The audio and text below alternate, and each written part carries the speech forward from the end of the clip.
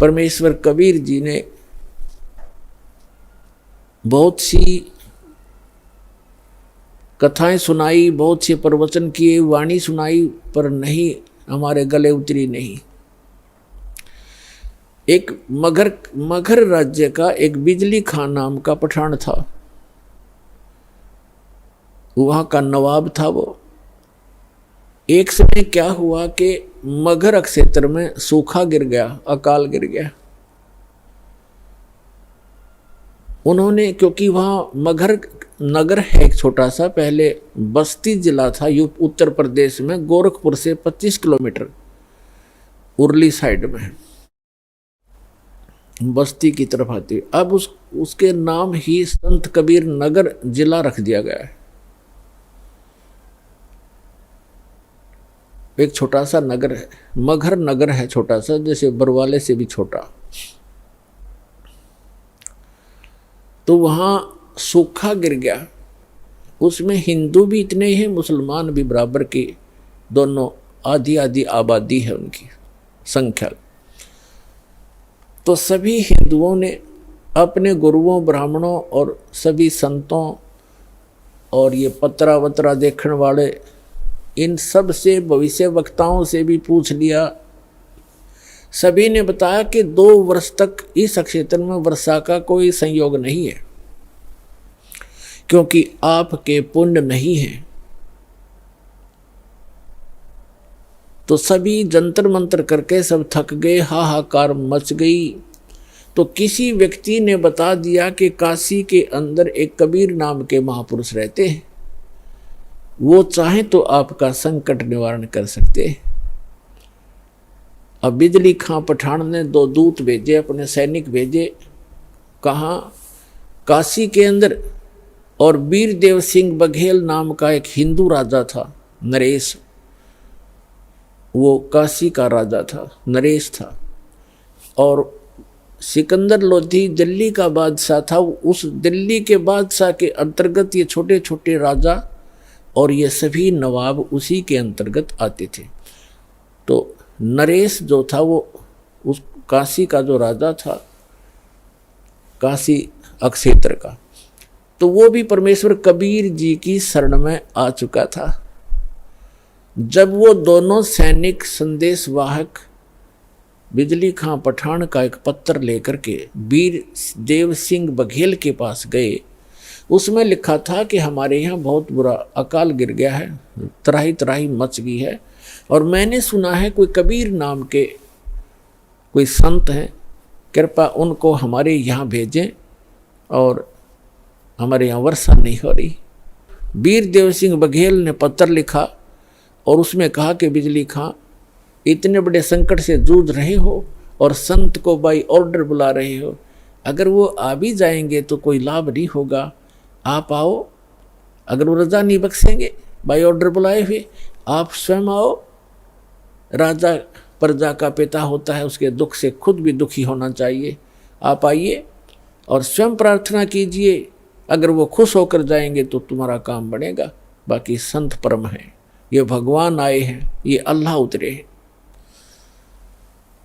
और उनको मौखिक भी समझा दिया दोनों सैनिकों को कि जाके आपके राजा को ऐसे, नवाब को ऐसे बोल दो। उन्होंने आकर के बताया जी ऐसे ऐसे बात है। बिजली खां पठान सैकड़ों की संख्या में अंगरक्षक वो साथ लेकर के चला और वहाँ पहुँचा कबीर परमेश्वर की कुटिया के पास। दोनों, वो नवाब भी और नरेश भी, और नरेश वीर सिंह बघेल तो उनका शिष्य था, दंडवत प्रणाम किया। अब बिजली खान पठान था, इनका एक विधान है कि हम शीश नहीं झुकाया करते अल्लाह के सिवा। वो खड़ा रहा, फिर भी मालिक तो अपने बच्चों को शरण में लेने के लिए सोशल सीधर करते हैं।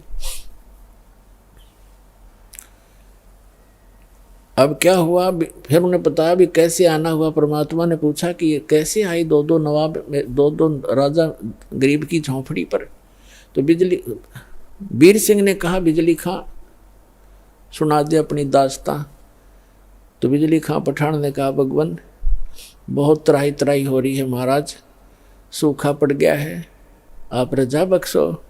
परमात्मा बोले भाई चलो, जैसी मेरी भगवान सुनेगा मैं भी अपनी अर्ज करूँगा। अगर ऐसा कोई दुख है तो मैं अवश्य चलूँगा और अर्ज करूँगा, भगवान ने सुन ली तो।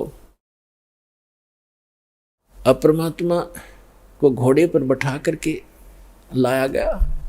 आगे क्या देखा कि गोरखपुर जो है, यहाँ एक टीला है गोरखनाथ जी का, और इन संतों में एक खासियत होती है कि वो इस बात से, अब जैसे शरीर छोड़ गया संत, अब इनकी मुक्ति तो होती नहीं, ये यही धक्के खाते रहते हैं, कोई पितर बन गया, कोई भूत प्रेत रूप में, और जो पितर टाइप हो जाते हैं वो शरीर अपना अन्य जो अच्छी कुछ थोड़ी बहुत भक्ति पूर्व जन्म की या वेदों तक की साधना कर लेते हैं, वो कभी भी शरीर में प्रकट हो जाते हैं, दिखाई भी दे जाते हैं और फिर अंतर्ध्यान हो जाते हैं। तो गोरखनाथ ने सोचा अकाल तो ये गिरना ही गिरना है, यदि कोई संत आया और यहाँ आकर के उसने कोई जंतर मंत्र करके कोई थोड़ा बहुत छिड़का छड़का करवा दिया तो तेरी महिमा कम हो जाएगी। अब गोरखनाथ, एक तालाब, एक सूखी तलैया थी, छोटी सी जोड़ी खेतों में होती है, थोड़ा सा पानी आ जाए, वर्षा हो जाए तो उसमें 5-4 महीने का जल उसमें भर जाता है, थोड़ा ही होता है वो क्षेत्र, छोटी तलैया उस सूखी पड़ी थी, उसके किनारे वृक्ष के नीचे अपना वो त्रिशूल गाड़ के बैठा, ऐसे आसन पदम लगा के। परमात्मा ने गोरखनाथ को देखा, अरे साधु महात्मा आए हैं, बिजली खां, रोको घोड़े को, रोको। रोका। कबीर साहब नीचे उतरे, प्रणाम किया, प्रणाम नाथ जी। नाथ जी बोले प्रणाम। तो कबीर परमात्मा ने कहा कि बिजली खां, अरे आपके नगर में देखो कितने महापुरुष बैठे हैं, ये जो चाहे सो कर सकते हैं, अर्ज करो इनसे। बिजली खां पठान ने कहा महाराज जी ऐसे ऐसे बहुत बुरा हाल हो गया, तराई तराई मच गई है, और कुछ दया करो, जल की व्यवस्था करो, वर्षा करवाओ। गोरखनाथ जी उठे, त्रिशूल उठाया, उस जोड़ी सूखी तालाब के बीच में जाकर त्रिशूल मारकर ऐसे निकाल दिया, उसमें से एक फुहारा निकला पानी का, और देखते ही देखते वह तलैया पानी की भर गई, वह जोड़ी। और परमात्मा कबीर साहब ने कहा देखो भाई देखो कमाल हो गया, अरे देखो ये तो खुद भगवान उतरे हैं और आपका देखो कैसे इन्होंने पानी पानी कर दिया, वो बन गया काम आपका देखो।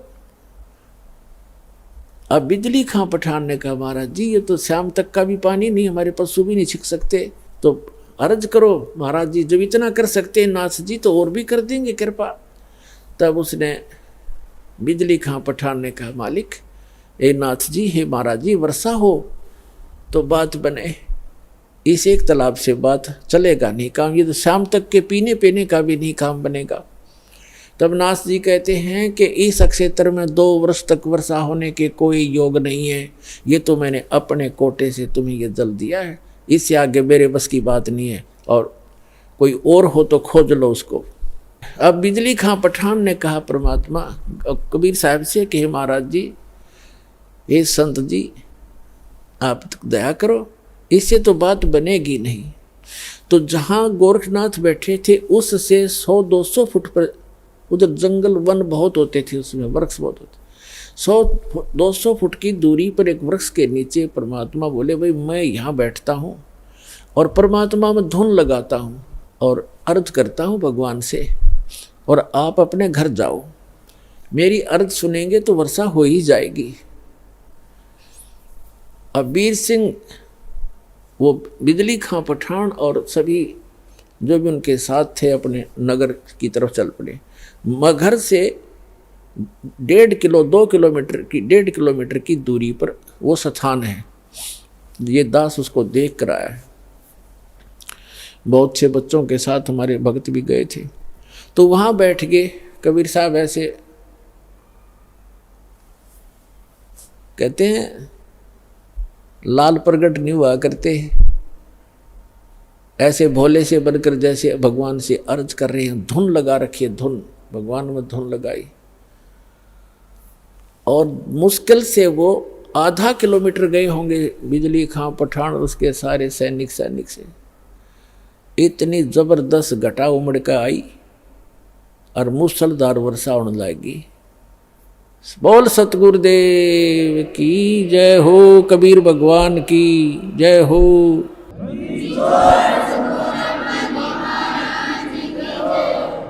कर दिया सब एक कम एक, सारे तालाब भर दिए, ठाठम ठाठ कर दिए। अब बिजली खां पठान सारा नगर उठ के आ गया।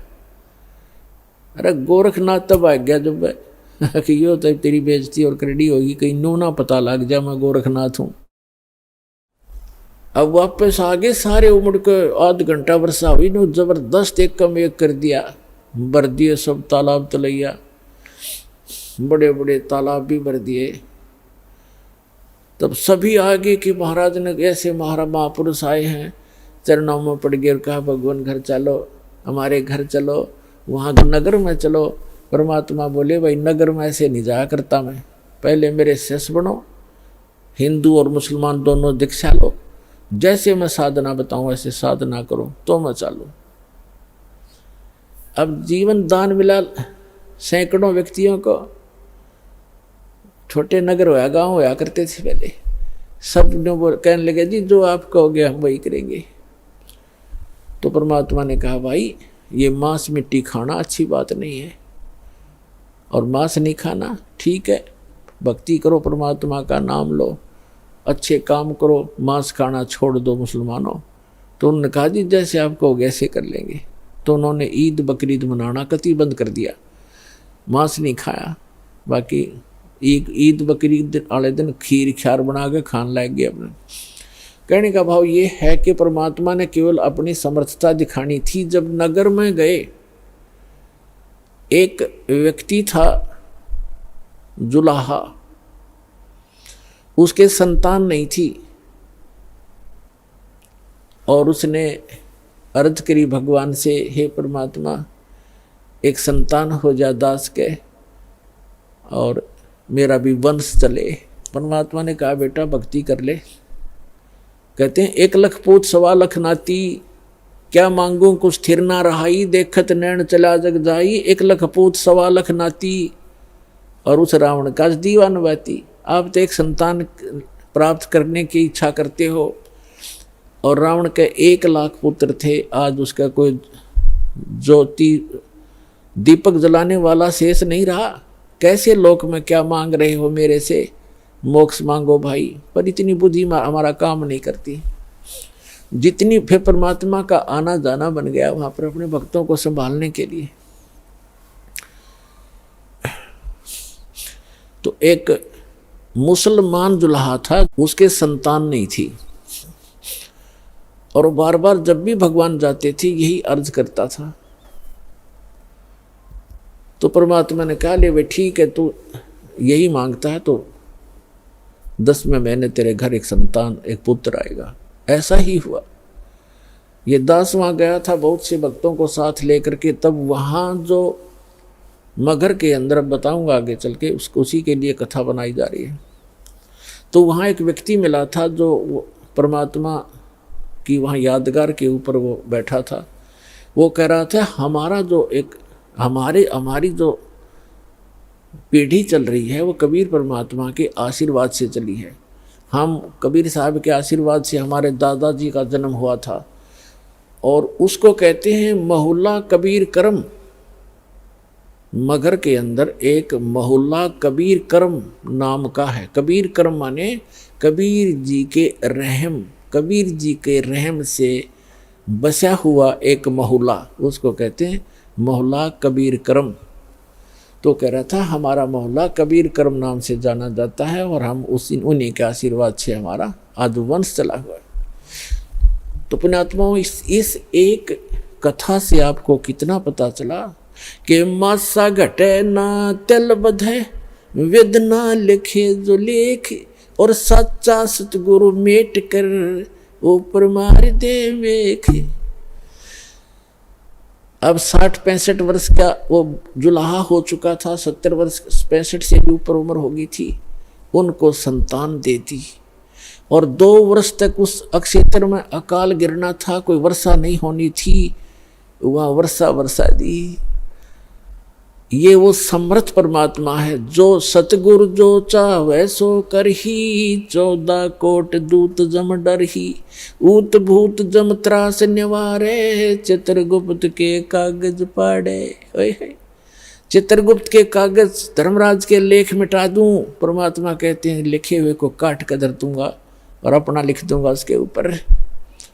वो करके दिखा दाता ने। तो बिजली खां पठान और वहाँ हिंदू और मुसलमान सभी परमात्मा कबीर जी के शिष्य बन गए। काफी वर्षों तक बड़ी श्रद्धा से लगे रहे। अब एक दिन परमात्मा ने जब सब लोग जाना था, अपना काम पूरा कर लिया था, अमृतवाणी बोल कर धर्मदास जी से लिखवा दी थी, तो उन्होंने कहा भी मैं काशी के पंडितों, आप ये कहते हो कि जो काशी में जो बना उसमें काशी में मरता है वो स्वर्ग जाता है, मगर मरेगा वो गधा बनता है, नरक जाता है। मैं मगर में शरीर त्यागूंगा और अपने सारे जंतर मंत्र ये पोथी पत्रे साथ ले लो और सारे आप अपने नक्षत्र भी नोट कर लियो। इस नक्षत्र में मरने वाला, इस पृथ्वी पे मरने वाला जो तुम अटकलबाजी लगाते हो कहाँ जाएगा। इस बात का सब जगह जोर शोर से प्रचार हो गया। सब में आग की तरह बात फैल गई कि कबीर जी मगर में मरने का दावा करते हैं और देखेंगे भी वहाँ गधा बनेंगे, स्वर्ग जाएंगे या नरक जाएंगे। वीर देव सिंह बघेल कबीर परमात्मा के शिष्य थे। उसने भी अपने सैनिक साथ ले लिए और साथ में और भी बहुत गुणे, कोई हजारों की संख्या में दर्शक काशी और आसपास के गांवों के और मगर के आसपास के गांवों के इस बात को सुनकर इकट्ठे हो गए। और परमात्मा का 120 वर्ष की आयु, लीला में आयु थी भगवान कबीर साहब की उस समय, 120 वर्ष की आयु में। और बनारस से लेकर मगर लगभग 125 किलोमीटर 150 किलोमीटर का अंतर है। पैदल गए थे और 3 दिन में पहुंचे। अब वहां जाकर के अब बिजली खां पठान को पता चला कि गुरुजी आ रहे हैं। उनकी खातिरदारी के अंदर खूब तैयारी करवा दी सारी।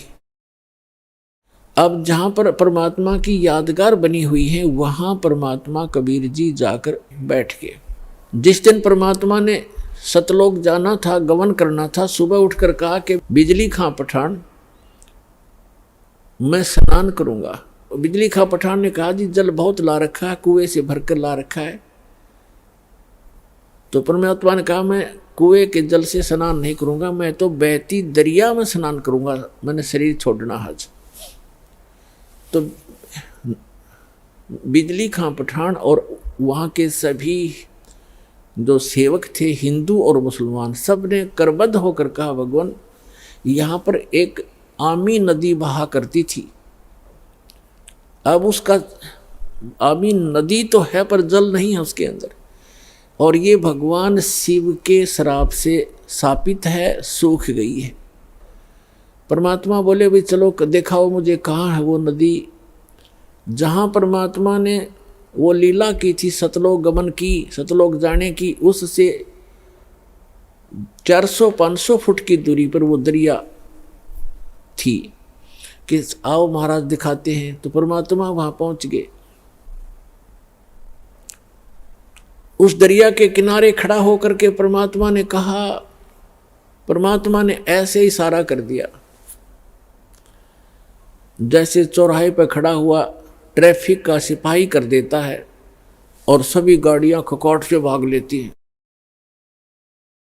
ऐसे परमात्मा ने जिधर से नदी का अपस्ट्रीम था उधर से ऐसे कर दिया खड़ा होकर।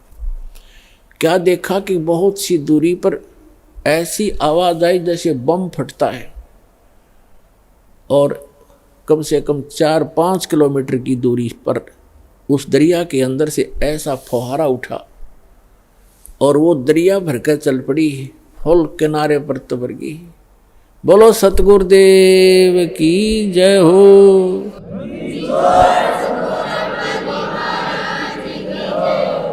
और देखते ही देखते वह किनारे को चाटने लगी, फुल होगी कतई। सब नावों मुल गए और पीओ पानी ऐसा जैसे कदे आज तक देखा नहीं सा मीठा पानी, क्योंकि सतलोक से भेजा भगवान ने। गंगा के पानी को भी माफ कर दे, ऐसा जल उस समय बहने लगा। सबने स्नान किया, क्योंकि वहाँ तो कई हजारों की संख्या में दर्शक गए हुए थे, सब मलमल करना आए। फिर परमात्मा ने कहा कि भाई मैं एक चादर नीचे बिछाओ, एक चादर ऊपर ओढ़ूंगा और मैं यहां शरीर छोड़ूंगा। फिर परमात्मा ने देखा एक तरफ हिंदू खड़े हैं, एक तरफ मुसलमान खड़े हैं। एक तरफ वीरदेव सिंह बघेल खड़ा है, काशी का नरेश हिंदू राजा, एक तरफ बिजली खां पठान खड़ा है, मुसलमान नवाब, और उसके सैनिक साथ हैं, उसके भी सैनिक उनकी साइड में खड़े, और अन्य जनता भी बहुत खड़ी है, मुसलमान इधर, हिंदू साइड में। वो तो अंतर्यामी थे, फिर भी उनसे पूछना चाह रहे थे कि बिजली खां पठान, आपने ये शस्त्र किस लिए ले रखे हैं? वीरदेव सिंह बघेल, आपकी सेना और ये तुम दोनों सेनाओं ने शस्त्र किस लिए लेकर आए हुए? मुझे क्या खतरा था? तो वीर सिंह बघेल, बिजली खां पठान, वो तो बोल नहीं सके। अन्य जो जनता थी हिंदू और मुसलमानों में से कहने लगे, गुरुदेव, हिंदू वाले कहने लगे, आप हमारे गुरु हैं, हम आपका अंतिम संस्कार अपने हिंदू रीति से करेंगे, इन मुसलमानों के हाथ नहीं लगने देंगे। मुसलमान कहने लगे, आप हमारे पीर हो और हम आपका अंतिम संस्कार अपने अनुसार से करेंगे, अपनी रीति से करेंगे, इन काफिर हिंदुओं के हाथ नहीं लगने देंगे। परमात्मा बोले, रे भले आदमियों, 50 वर्ष तक मैंने तुम्हें क्या शिक्षा दी? हिंदू और मुसलमान तुम आज भी दो बने बैठे हो, तुम्हारी बुद्धि पर पत्थर गिर गए हैं। और पुण्यात्माओं, दास जो शब्द बतावेगा, जो भी ज्ञान कहेगा, 100% समझ लेना, बिल्कुल 100% सच समझ लेना। उस समय एक विशेष रूमर थी कि एक ऐसा भयंकर समय आने वाला है कि आपस में ग्रह युद्ध होगा, जनता एक दूसरे को काटेगी, कारण का पता नहीं। ऐसा वो भविष्य वक्ता बताया करते थे। ऐसी अनहोनी होगी, ऐसा जुल्म होगा और कत्लेआम होने की ऐसे लक्षण उनके पत्रों में, उनकी जो भविष्य की किताबों में वर्णन था। और काल तो ये चाहता ही है कि नाश हो जाए, इनका बुरा हाल हो, और मरते समय ऐसे संत के ऐसे हो जाए तो लोग इन्हों कहेंगे ऐसा कलम हुआ था, कोड नाश करा गया, क्या एक संत था वो। तब परमात्मा ने कहा, भाई बात सुन लो बच्चों, तुमने मेरी सीख पर, मेरी शिक्षा पर अमल नहीं करा, अब तो अपने लालच वश मेरे शिष्य बने रहे, पर मेरी बात सुन लो, मेरा काला मुंह मत करो, मेरी एक अंतिम पुकार सुन लो तुम। मेरा शरीर इस, वैसे तो चदरों के बीच में शरीर नहीं मिलेगा, कोई अन्य वस्तु मिलेगी, उसको आधी आधी बांट लेना, एक चदर हिंदू ले लेना, एक मुसलमान ले लेना, और शरीर मेरा मिले तो आधा आधा काट लेना, ये मेरा आदेश समझ लेना। पर बेटा तुम लड़ियो मत, कुछ भी कर लेना इस मिट्टी को, चाहे तो हिंदू रीति कर लो और चाहे मुसलमान रीति से कर लो, तो मिट्टी हो चुकी है, जीव जा चुका होता है। तुम कुछ आंखें खोलो तो तब तो वो शांत हो गए, कोई बात ना, एक बार शरीर छोड़ने दो, फिर देखेंगे। उनका इरादा वो यही था कि छिन्नम चपटा करेंगे, लट्ठम लट्ठा करेंगे, छीनेंगे, पूरा सब लेंगे, आधा आधा थोड़ा काटा जाता गुरु जी को, वो तो अंतर्यामी थे, जान गए। तो नीचे एक चादर बिछाई, भक्तों ने श्रद्धा से नीचे 2-2 इंच फूल बिछा दिए, सुगंधित फूल 2-2 इंच, गुरु जी लेटेंगे, और ऊपर से दाता ने एक चादर ओढ़ ली। 2 मिनट के बाद परमात्मा ने आकाशवाणी ऊपर से कहा कि ए पंडितों, ए भविष्य वक्ताओं, अब अपना जंतर मंत्र लगाओ, मैं कहाँ जा रहा हूँ? और कहा परमात्मा ने कि उठा दो पर्दा, इसमें नहीं मिलेगा मुर्दा, क्योंकि हम अविनाशी हैं। जब ऊपर उन्होंने देखा कि भगवान तो वो जा रहे हैं, वो जा रहे हैं, और चद्दर उठाई तो सब के आकार के सुगंधित फूल मिले, परमात्मा का शरीर नहीं मिला, वो तो सह शरीर सतलोक चले। बोलो सतगुरुदेव की जय हो।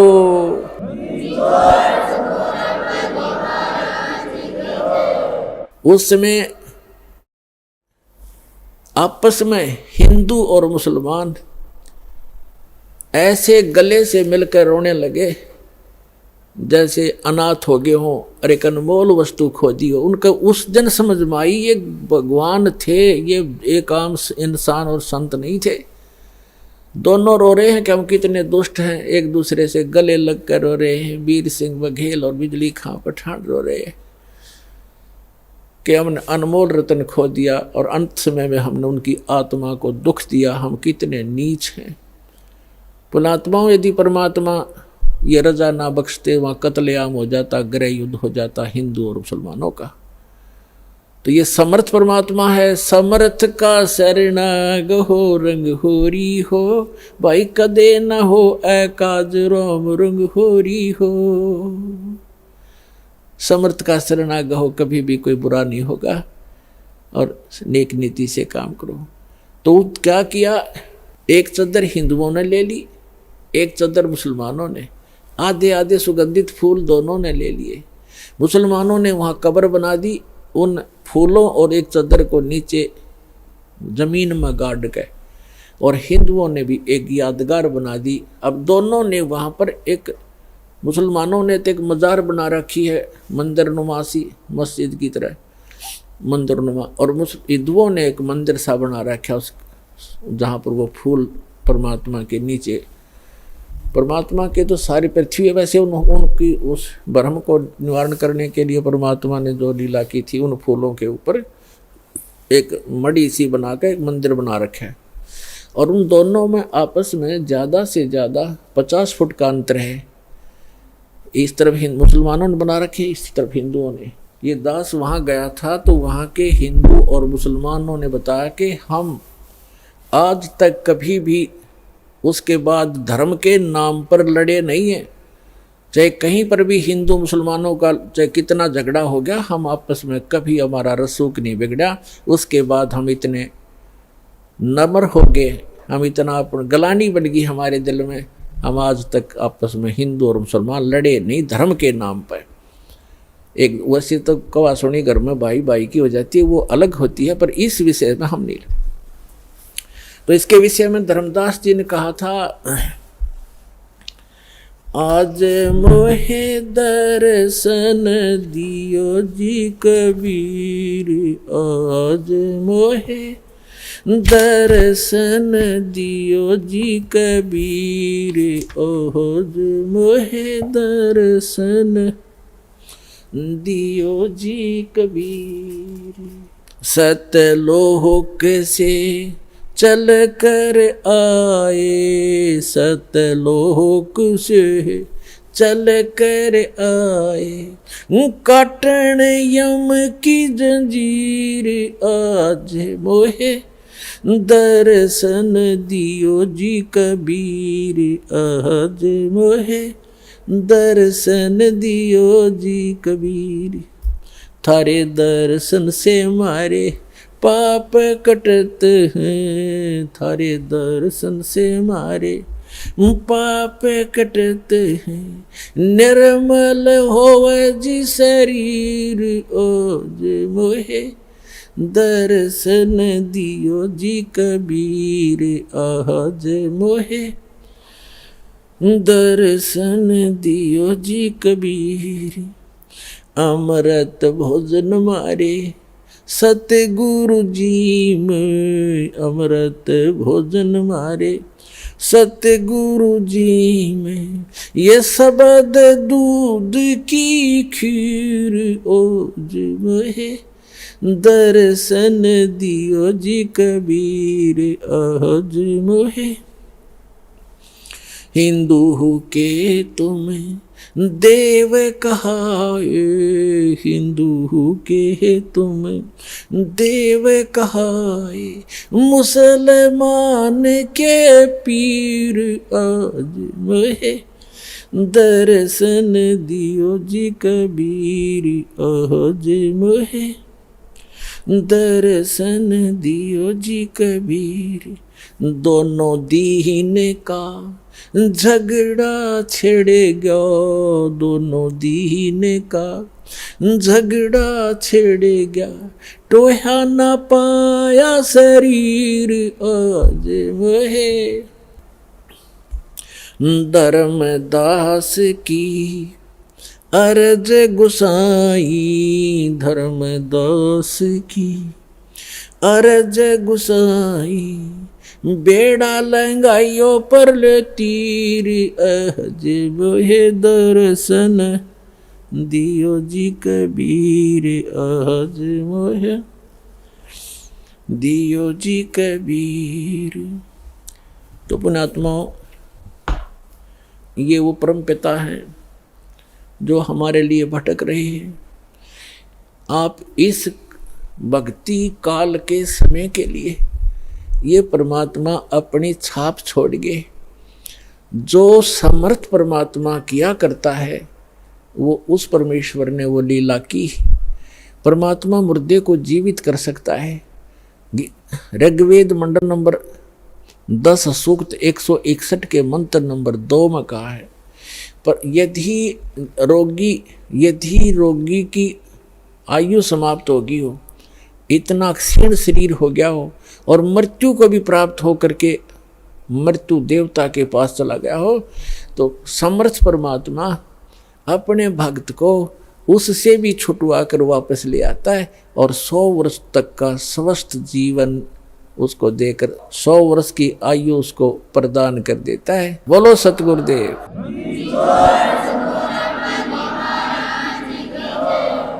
और वो पूर्ण परमात्मा है। तो पुण्यात्माओं, ये समर्थ परमात्मा कबीर जी हैं। और दास फिर कहता है कि धन है आपके माता पिता जिनसे जन्म हुआ, आपकी कीमत का आपको पता नहीं, आपकी किस्मत का आपको पता नहीं, दास को पता है, क्योंकि लाल की कीमत, लाल की परख जौहरी किया करता है। जो जितना भी देरी से यहाँ आएगा, जो इंसान, जो प्राणी, उसको केवल पश्चाताप ही हाथ लगेगा।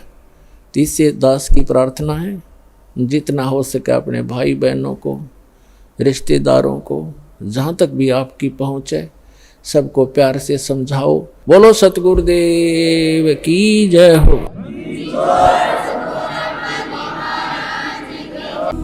कबीर हरि के नाम बिना ये राजा रसब हो, मिट्टी लदे कुम्हार के घास न डाले कोई। ओए होए, जो मालिक ने वचन बोल दिए कि भक्तिहीन आपका राजा भी हो वो गधा बनेगा और मट्टी लदे को मार के घास भी बार खा के आओगे, वहां उसकी कोई सेवा नहीं होती, ऐसी दुर्गति होगी। और जो मालिक ने बोल दिया फाइनल समझ लेना, कदे किसी का भ्रम हो, ये अज्ञान का भ्रम है, इसको हटाने के लिए सत्संग की आवश्यकता है।